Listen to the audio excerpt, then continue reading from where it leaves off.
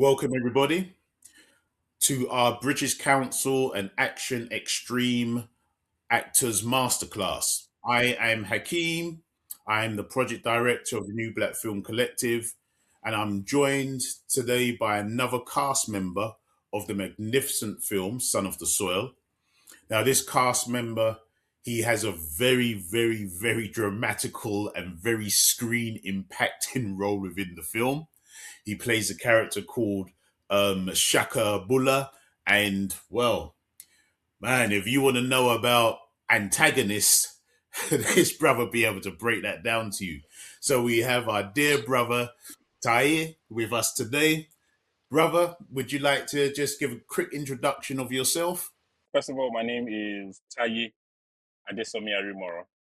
I am an actor, a Nigerian actor. I live in Lagos, Nigeria.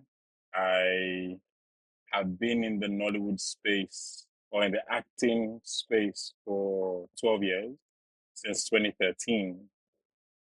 And my my journey has been an interesting one, over the course of the 12 years, ranging from short films, TV drama series, comedy drama series, feature length films, and I've been on both screen and stage. And, also I do voiceovers. So I've, I've more or less, played around like the creative space, within this 12 years. When I was in uni, I used to work in my brother's record label. They had like top artists at the time. I know they had like a co-management deal with Wizkid. I know they had Willie Bang, Phenom, and a pop star at the time called Mo Cheddar. Now, what I did there was more or less being a personal assistant to the talent there, primarily Mo Cheddar. And the goal was to eventually become a talent manager.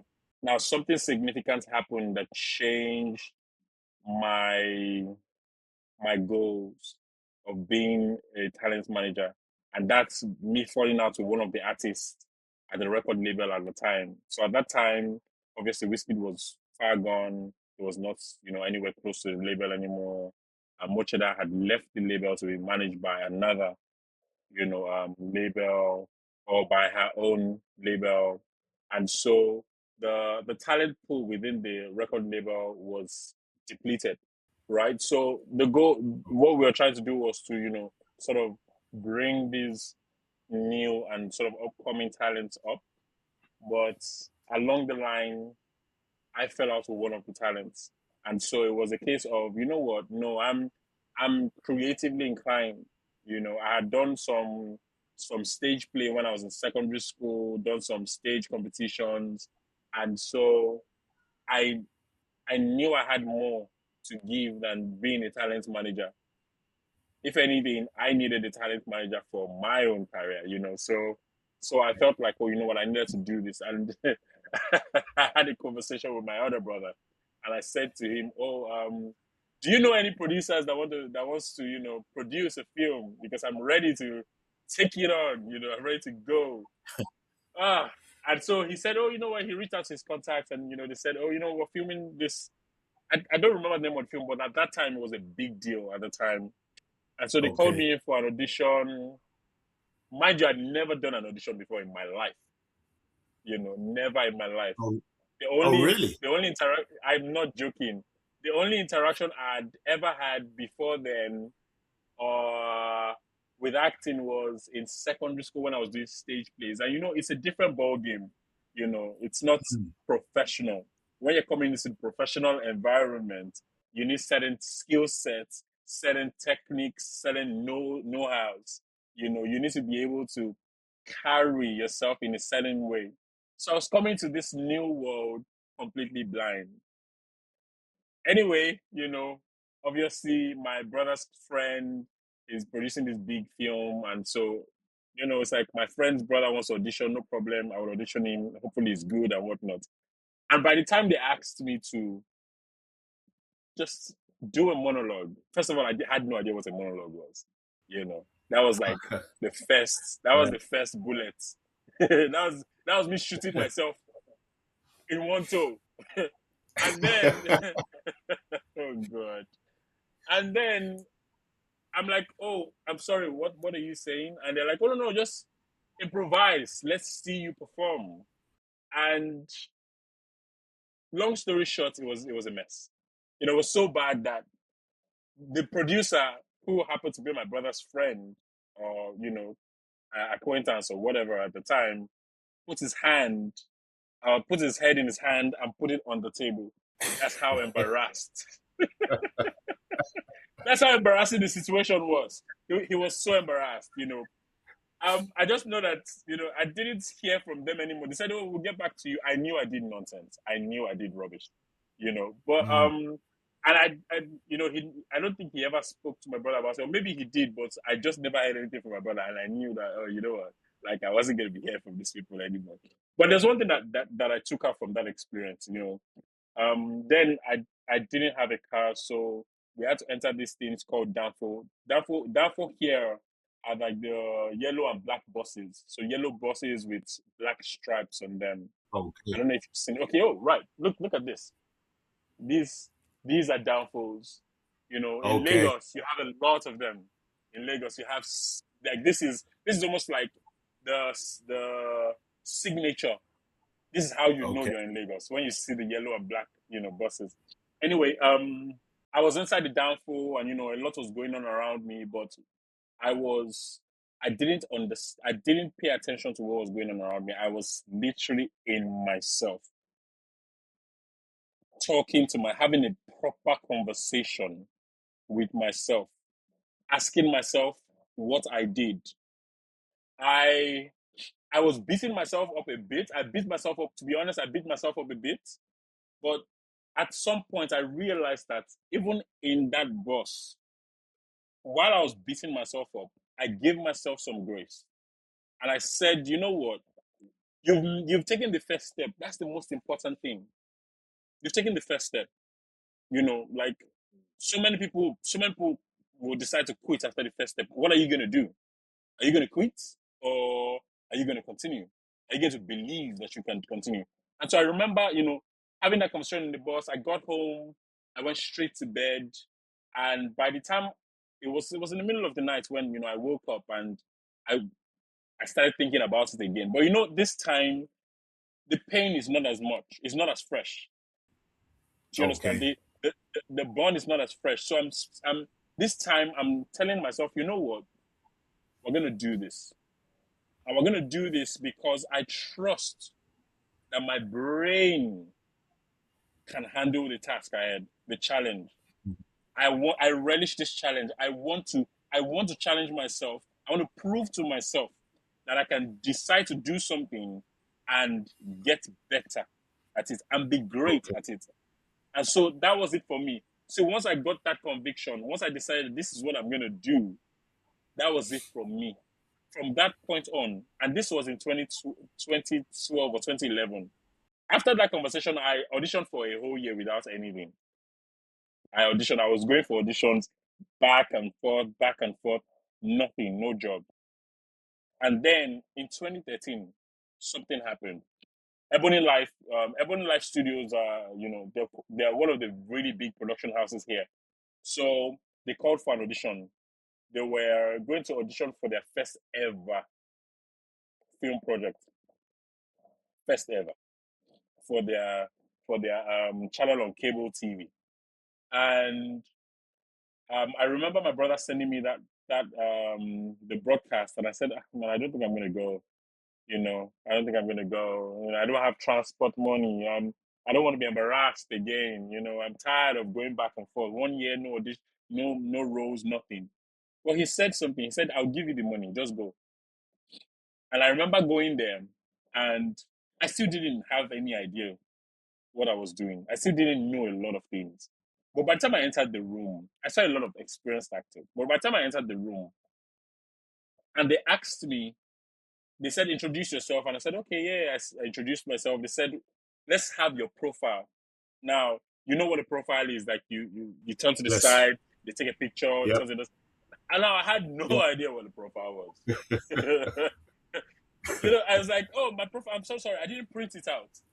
And everyone in the room, literally, I'm not joking, everyone in the room burst into serious laughter. I think that was it for me.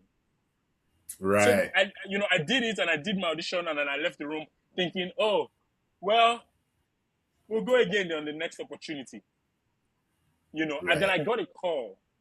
I got a call saying, oh, we need you to come in for the next stage of audition. And I said, what? Me? These people were literally just laughing at me. But what I did not know was they were auditioning for a sitcom.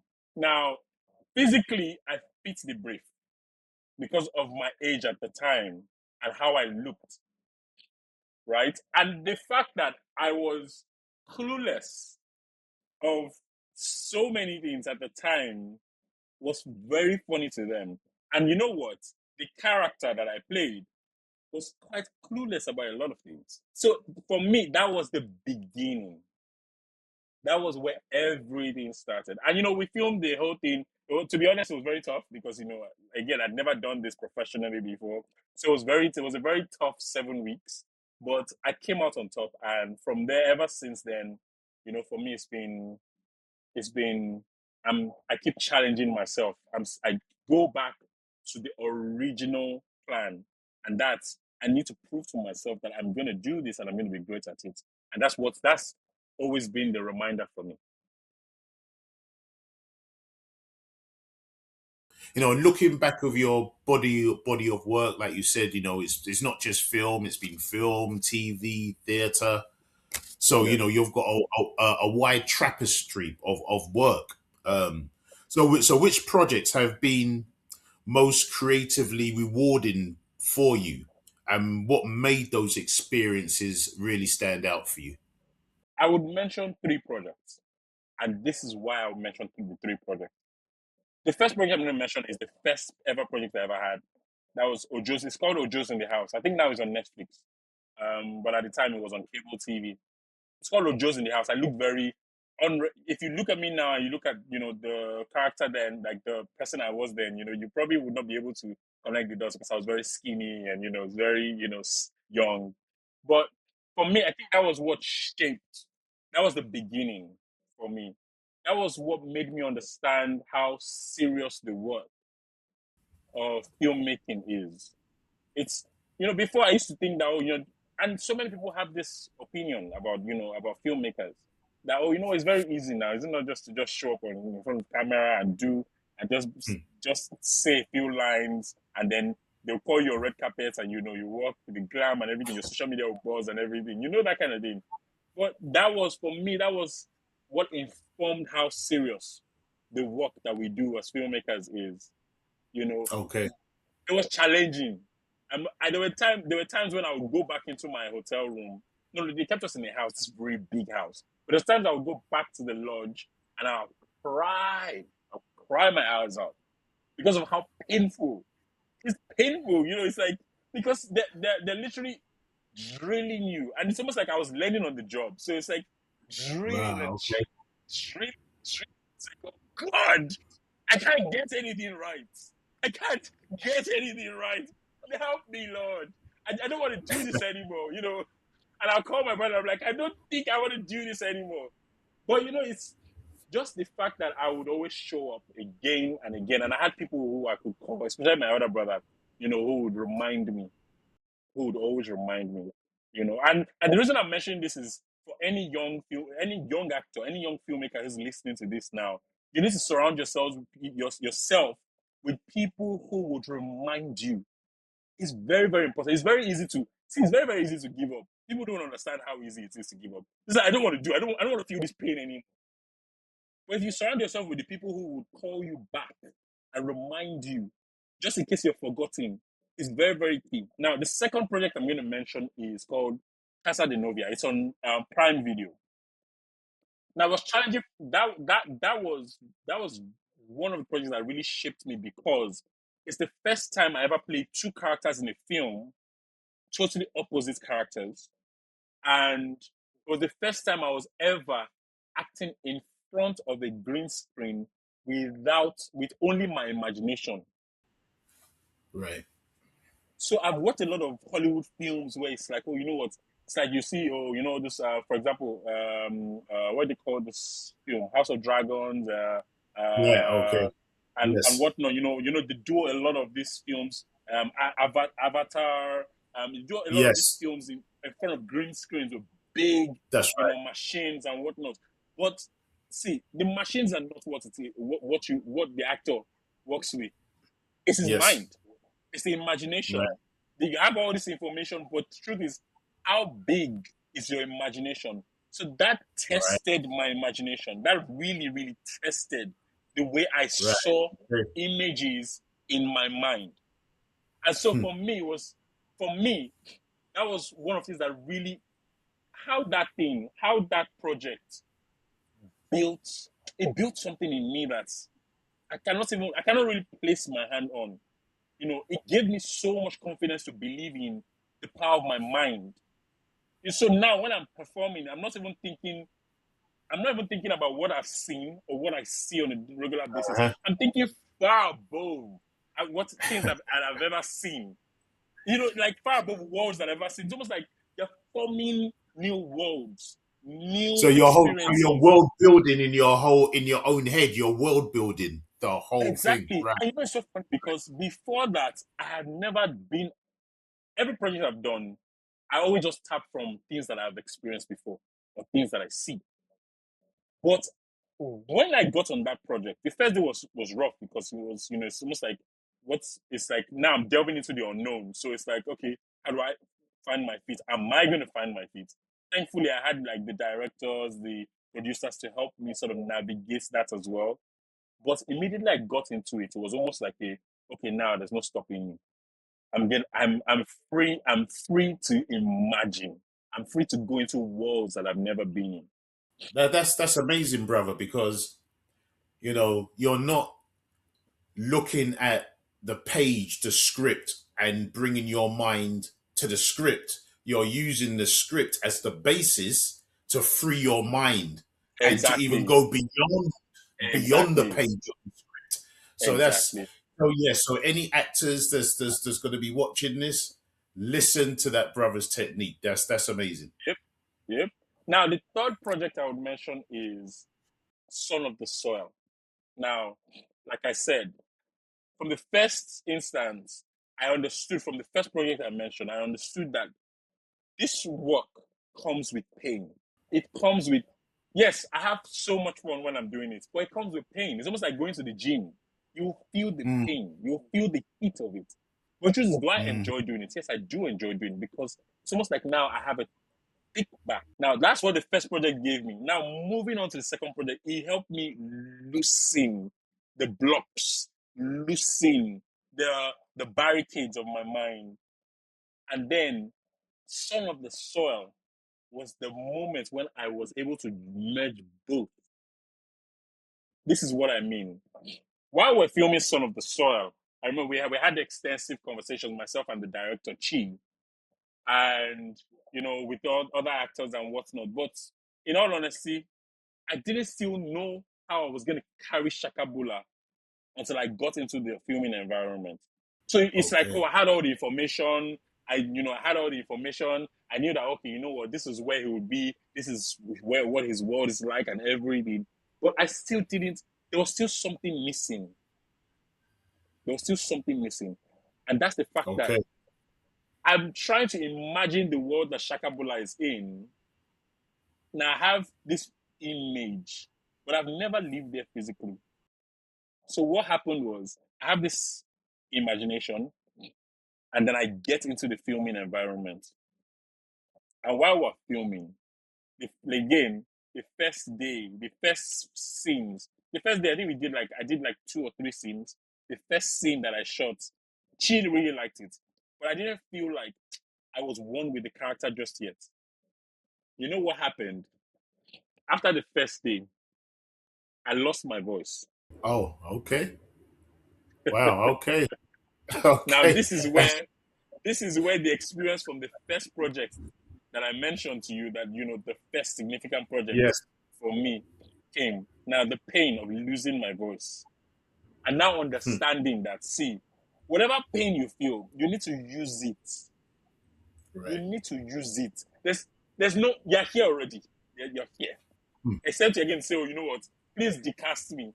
And that's not going to be good for your acting career at the end of the day, because people are going to say, oh, you know what? You couldn't handle the pressure. Hmm. So I'm here already. I lost my voice. And I'm thinking, yes, this is the one thing that has been missing with Shaka Bula. My voice is too posh for this guy. You know, I'm trying to make it husky, but it's not getting to the depths of what I want. And immediately I opened my mouth. I knew that I was one with Shakabula. Every other thing the imagination could now go. Just it was now time for, okay, you know what? My imagination can fly. It can fly. And thankfully, we filmed in an environment where we filmed in an environment that had character, like proper character. You know, so I could easily just take from the elements, from the air, in the air. Just even when we were performing, you're hearing the residents of that area cheering, and they're like, yes, yes. You know, like I'm making certain choices. And truth is, the choices I make when I'm filming, I'm not really thinking about them. All that work I do, all that work, all the work I need to do, I do before I get on set. Once I get on set, it's free flowing. It's free Right. flowing. So, The so lines, preparation is key. is preparation is everything. You know, there's a Mm. book that I would recommend people to go check out. And people, it might sound cliche to a lot of people, but if you've read it before, go read it again or listen to the audiobook. I don't really enjoy reading. I prefer to listen. Okay. Right? So I've listened to this at least twice. An actor prepares by Stanislavski is very, very important. You would understand his own journey, and you'll be able to, in the course of your journey, you'll sort of see parallels. You'll sort of see Okay. parallels. This is to say that preparation is everything that you need. Or well, it's not everything, but it's like the majority parts Yes. of your performance, of you giving a good performance. Because truth is, if you don't prepare, you don't have enough information. There's not enough information for your mind. The mind roams in places that even we don't understand. It's like saying that, oh, you know what? I see something that is beautiful. I cannot, on a normal day, naturally, I cannot get this thing. But what will make me go after it is because I've been able to condition my mind to believe that, come, nothing is beyond limits. An actor prepares by Stanislavski. And you know, he's one of the he's the father of one of the major techniques that we use in acting today.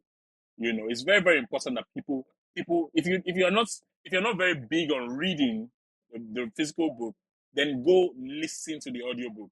It's very, very important. It would really help you. Now, so when I the times when when I got on this set, and the thing is having belief from your director, from the people around you, you know, it goes a long way. But as well, they need to also believe in you. It's not enough to just cast you. It's for you to show. They need to see. See, when she saw what I brought to Shaka Bula, especially on the second day, the first day, yes, he was good with it. But on the second day, after my voice broke or cracked, and I was bringing that, he looked at me and he said, well done. From that point on, every single day, in fact, almost every scene that we shoot, he would look at me and be like, he would not say much, but he would just be like, he would nod his head, and that alone give me more belief to, let's fly. Let's let's mess this character up. Let's just let's eat it up.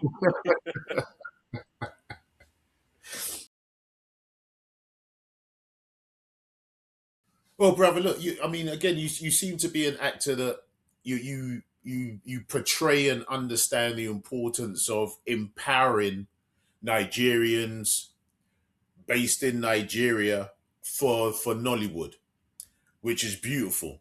Um, because we all want to see Nollywood grow and be an international influence. But just out of interest, I mean, are there do you have any ambitions to work internationally? And are there any particular countries or markets that you feel drawn creatively to? Oh, you know what? Like I think about this every single day. I've been thinking about it every single day for the better part of 2 years now, and I'm just like, you know what? I really want to break, to the international market. And one of the reasons why, Son of the Soil was one of the films that really shaped my career is because it's an international collaboration. I don't think I've ever had a situation where any of the films I featured in was screened in the UK or the US, so in cinemas in the UK or the US.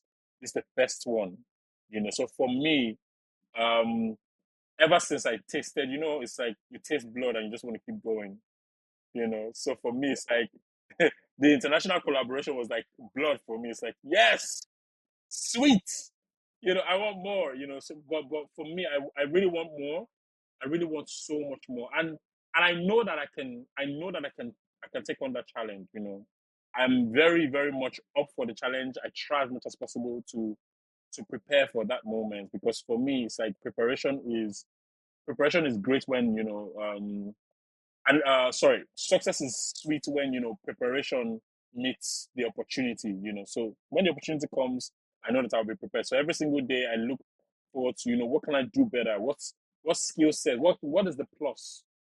Do I decide, oh, you know what, I want to go learn how to shoot? Do I decide, oh, I want to go learn how to swim?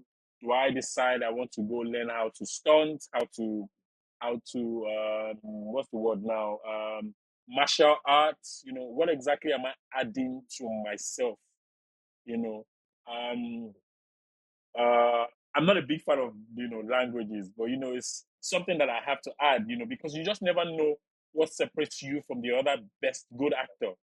There's so many great actors in this life. Too many. I've met too many. I've met actors that are they have way better technical knowledge or know-how than I do. What separates us? What makes me peculiar? What makes me different from the other actor?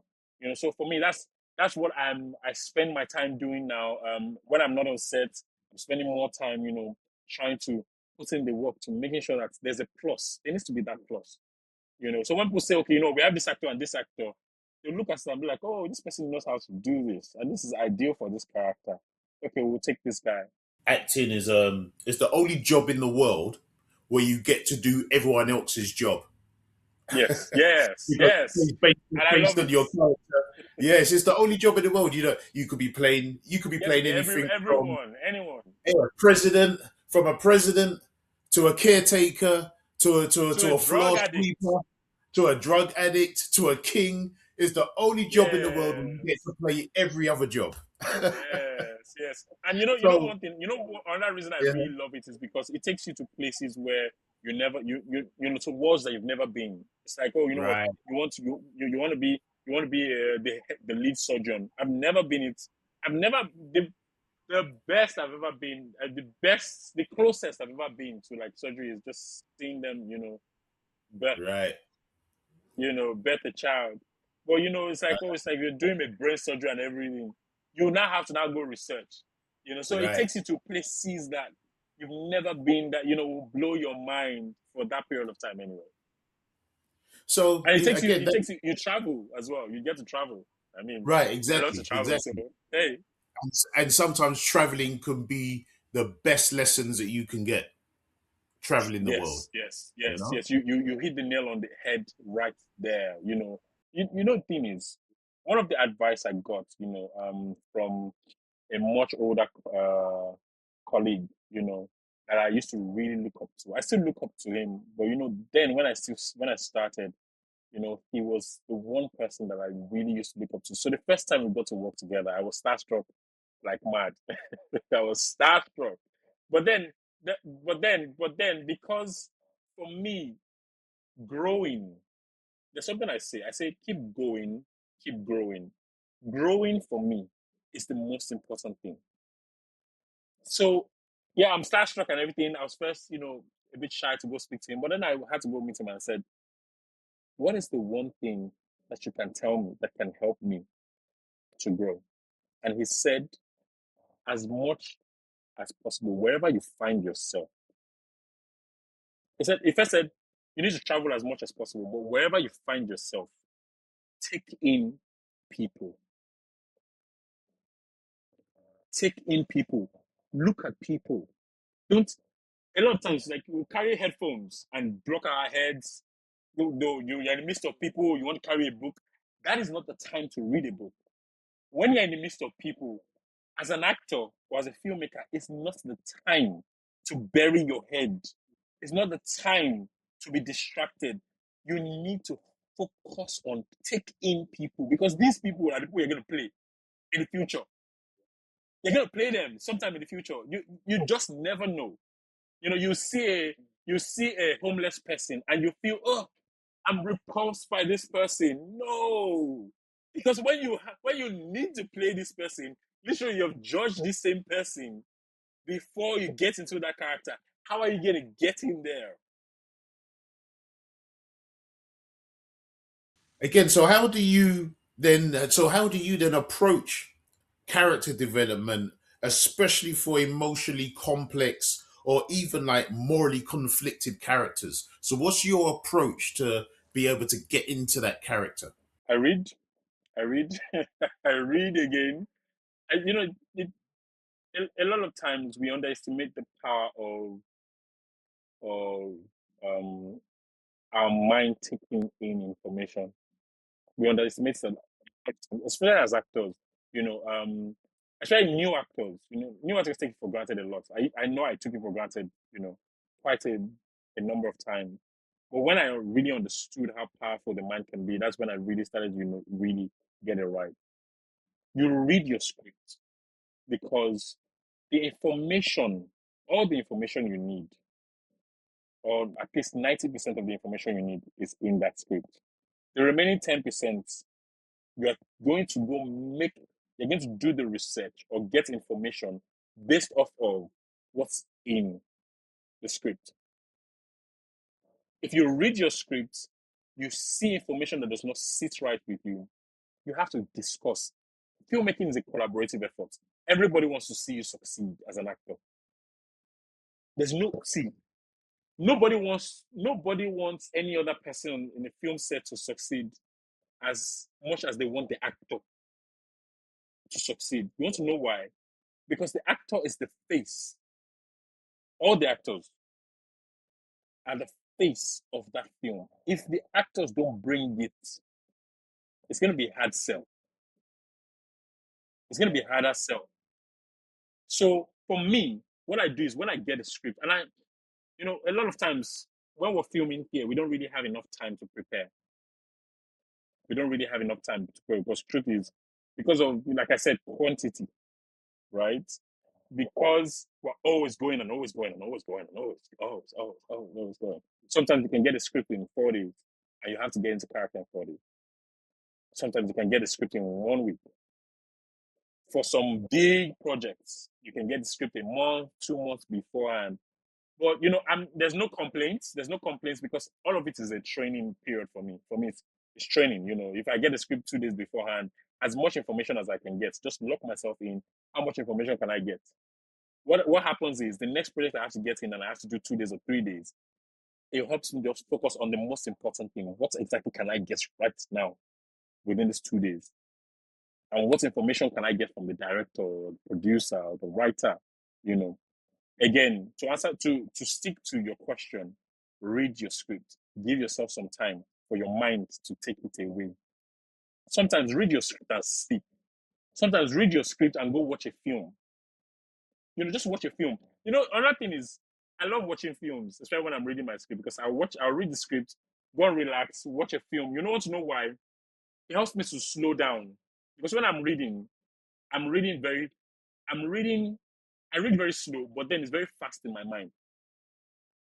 Because the information is coming in so quickly. So it's like there's too much information, and it's like, okay, there's too many choices that are just hovering all over my mind.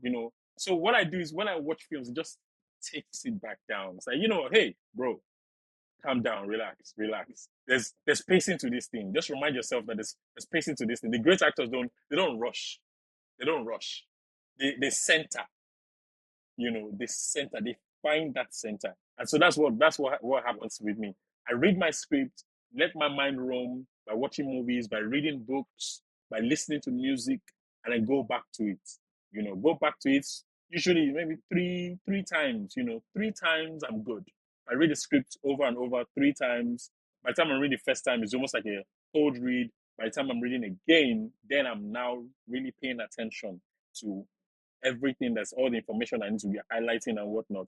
And by the third time, I have questions for the director and the producer, okay, or the writer, and that's all that information. At the end of the day, our job is just to soak in as much information as possible so that it can equip you for the choices you need to make on the go. Because when you're on set, you don't have the time to say, okay, what choice am I going to go with right now? You just have to go, you know. If not, people are going to look at you and be like, oh, this guy is not prepared at all. And I suppose, yeah, that builds the trust between you and the director. That the director looks Exactly, at you exactly. and the director can trust your performance. Yes, yes, Right. yes, yes. And that work, Okay. that work happens for you to get your director to trust you. Mm, Majority, a higher percentage happens before you get on set. right. It happens in the conversations you have. The conversations you have, one of the reasons why I appreciate she's a different kind of director than any other director I've ever worked with. And I think strongly because of the background that he has and the fact that he's come from the UK. Because I mean, we have amazing directors here. Don't get me wrong. There's so many directors here that I really really love and I love to work with and I enjoy.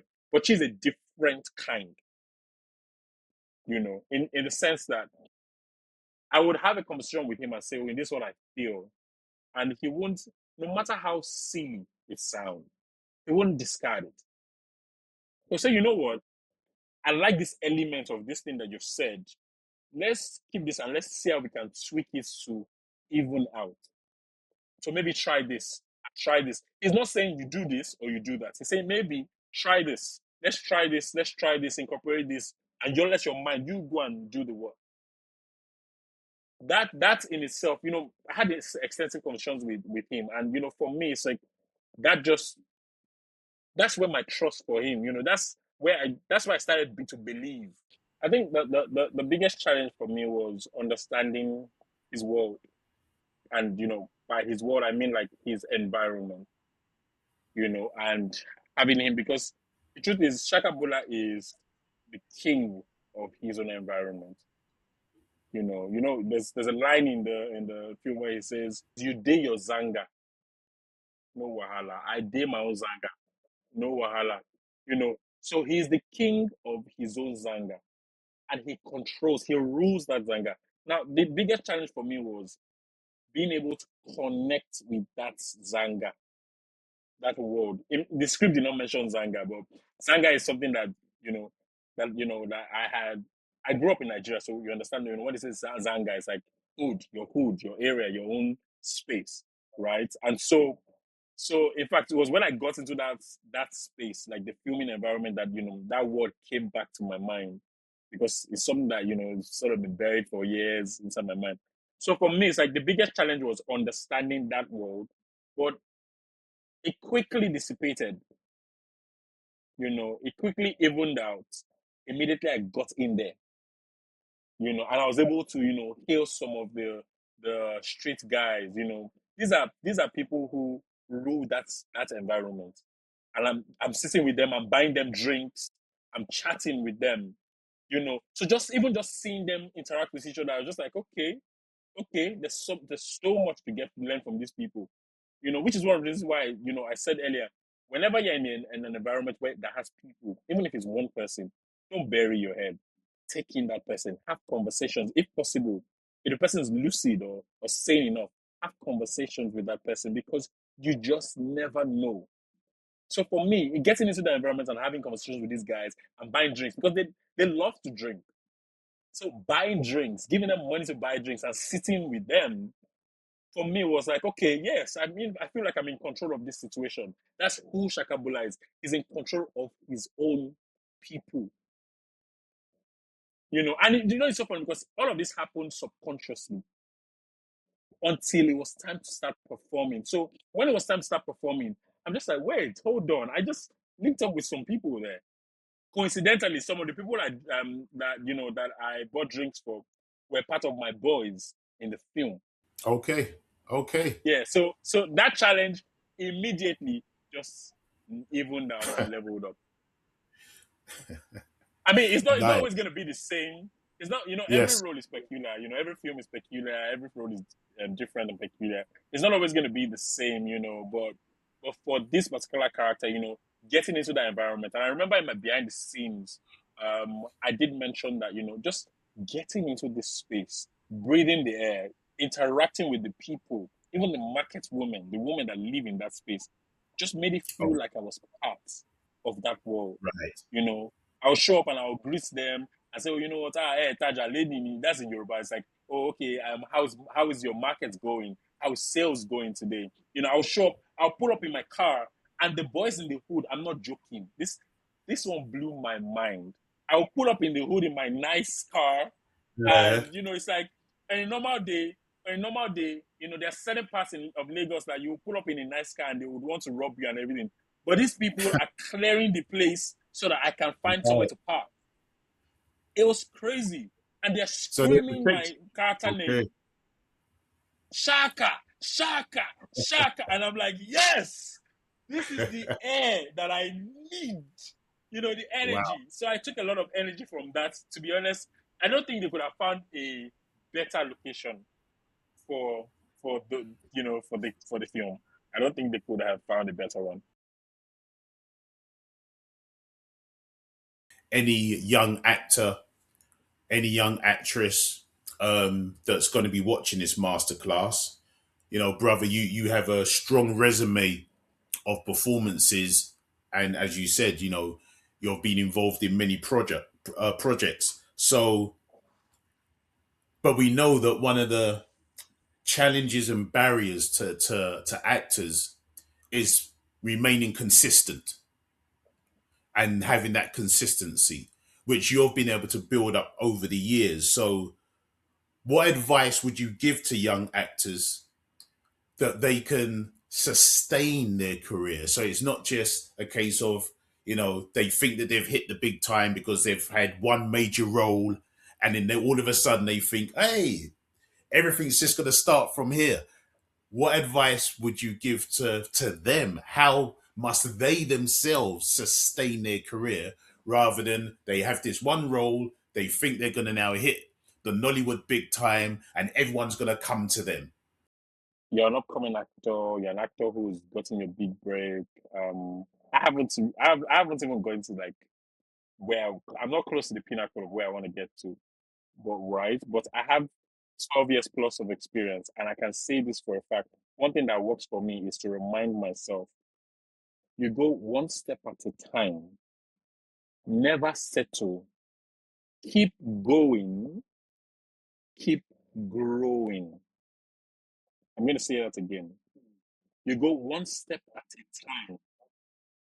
You go one step. I have a tattoo here that says one step at a time. You go one step at a time. Never settle. Keep going. Keep growing. Now, never settle. We all understand what it is. One step at a time. Don't rush. Now, keep going. Right? Means there are times when, like I said in the beginning, it's painful. It's a painful journey. It's painful. There are times when I'm on set and I'm like, I want to sleep so bad. I'm so tired. My body, my brain is about to shut down, right?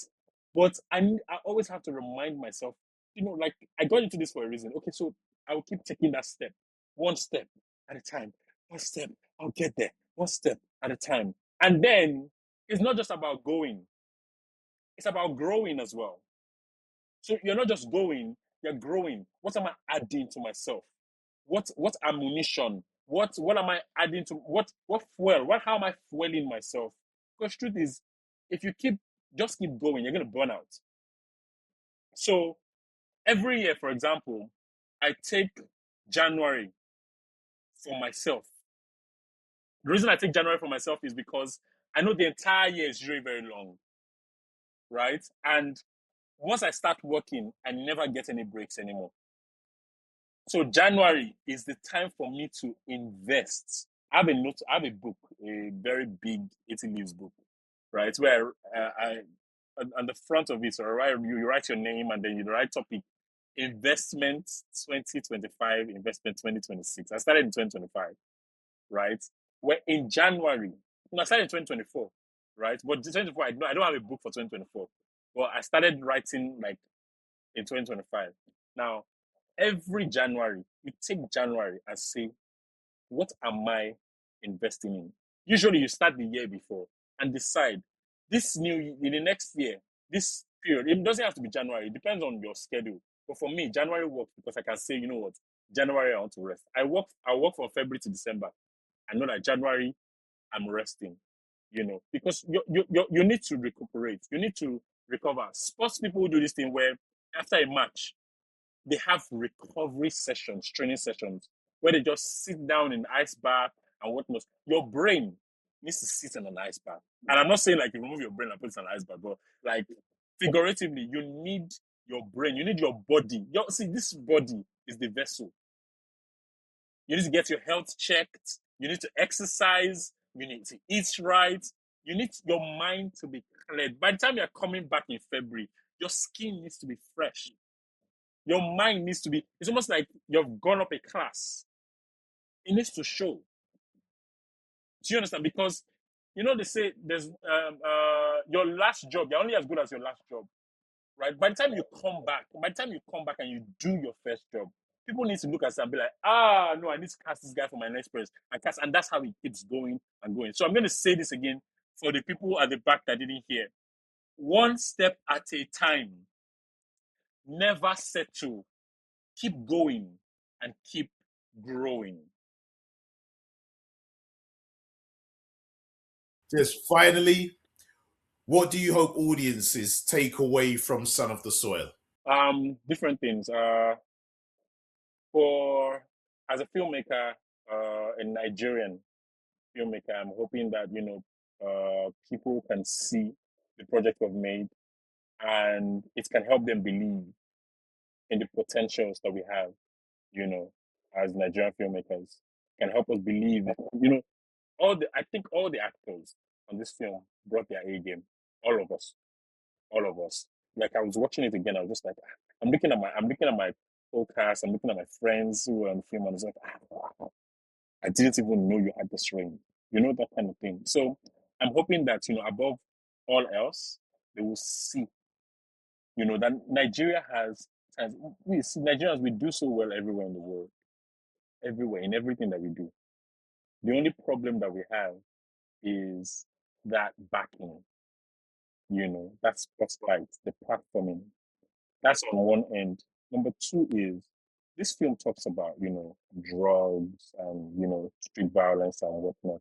And I'm hoping that, people, especially young people, will see this and be able to stay away from drug related crimes, street violence, gun violence, and the rest of it. Just try to live an honest life. Right. If you don't know what to do, be an actor. Be an actor. Come to master classes like this. you you will learn a lot. You'll learn a lot. Brother Taye, I thank you so much for your time and your wise words and your insight. It's been wonderful. So this has been another masterclass session, another masterclass for actors. We need to thank British Council and Action Xtreme being able to put this together. I'm Brother Hakeem from the New Black Film Collective, and it's been a pleasure engaging with you, sir. You know what, bro Hakim, I'm honored, beyond honored. I'm humbled as well. Because like I don't think there's anything that excites me more than talking about my experiences in film and the film industry and whatnot. I don't think there's anything that excites me as much as this. So just give me the opportunity to talk. I'm super excited. I'm super excited to be here, and like I'm just listening to myself again, and I'm reminding myself. It's Right. crazy how the mind works. It's like it's almost like a reminder to myself. So everything I've said, it's almost like I'm telling myself again that, oh, you know what, this is what you've been through, and this is why you started, and this is where you're going to. So this is It's like a reminder for me. affirmations, right? You're Yes, reaffirming exactly. Like affirmations and real reaffirming. time This is good. affirmation. This is good. Exactly, Brilliant. exactly. Exactly. So thank you so much for the opportunity to be able to reaffirm. You know. Right. No problem. No problem, brother. Thank you so much. Thank you so much. Thank you so much, Bro Hakim. Have a lovely time and take care. You too. You too. You too. Bye, everyone.